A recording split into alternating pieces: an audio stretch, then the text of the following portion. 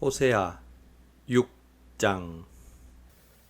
우리가 가서 여호와께로 돌아가자. 그가 찢으셨지만 우리를 고쳐주실 것이다.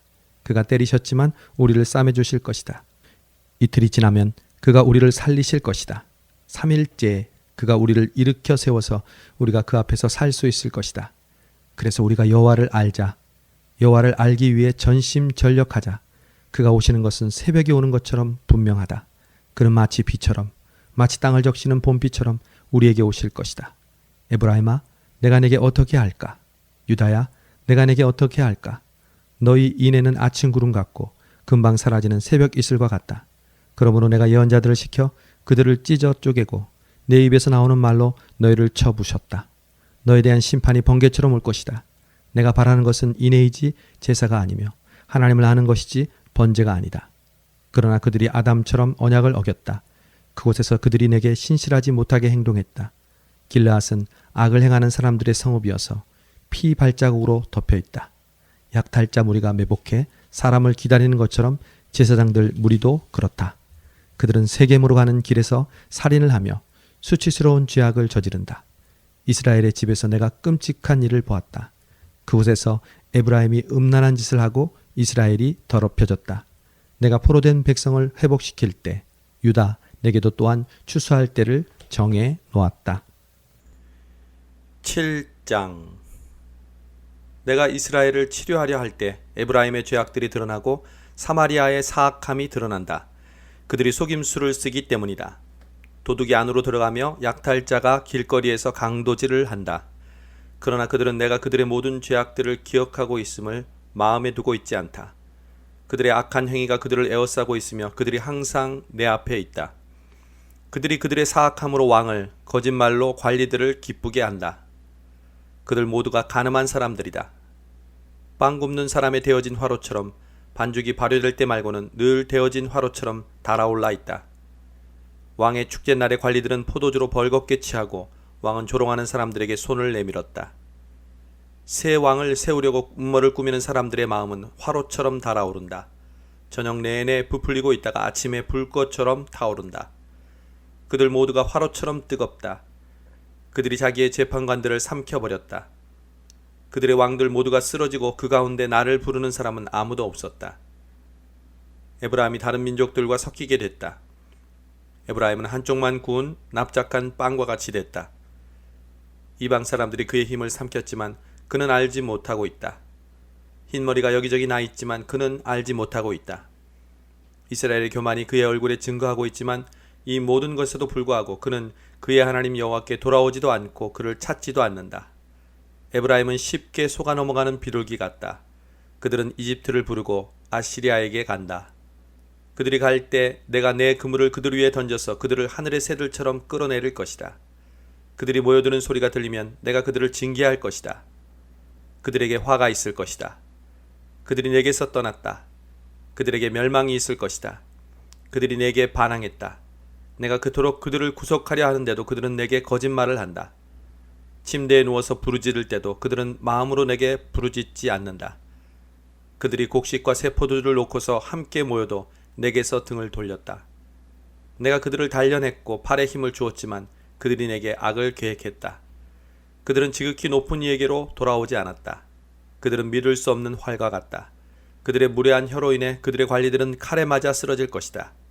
그들이 이것 때문에 이집트 땅에서 조롱당할 것이다. 8장.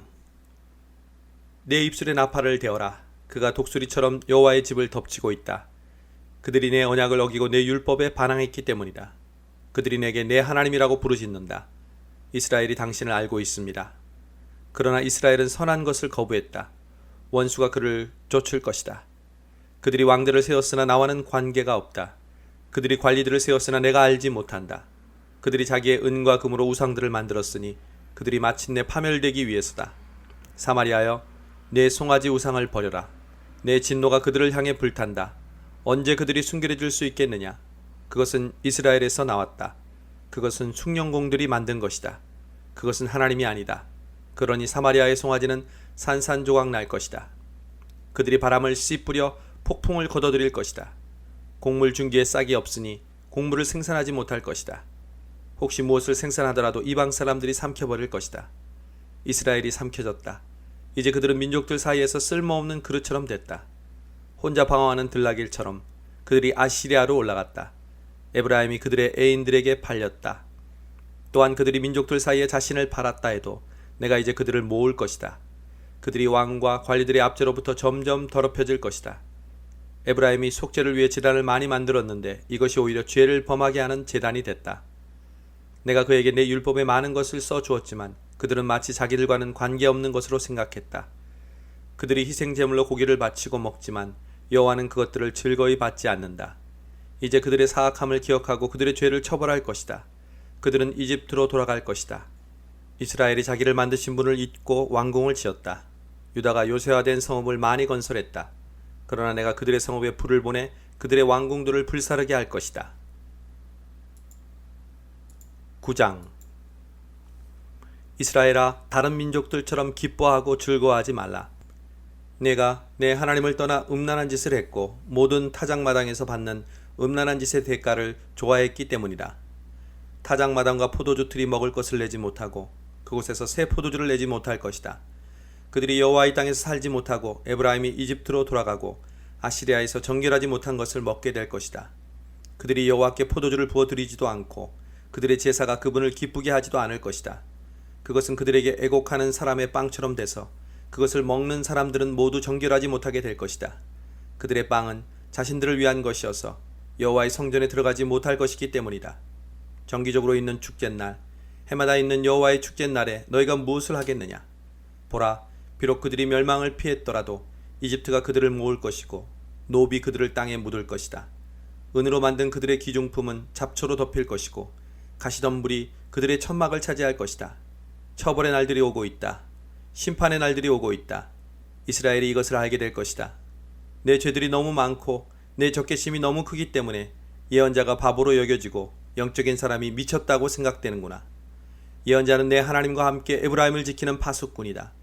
그러나 예언자는 그의 모든 길에서 새 잡는 사람의 덫과 같고 그의 하나님의 집에서마저 적개심을 품었다. 그들이 기브야의 시대처럼 깊이 타락해 빠졌다. 여호와께서 그들의 사악함을 기억하시고 그들의 죄들을 처벌하실 것이다.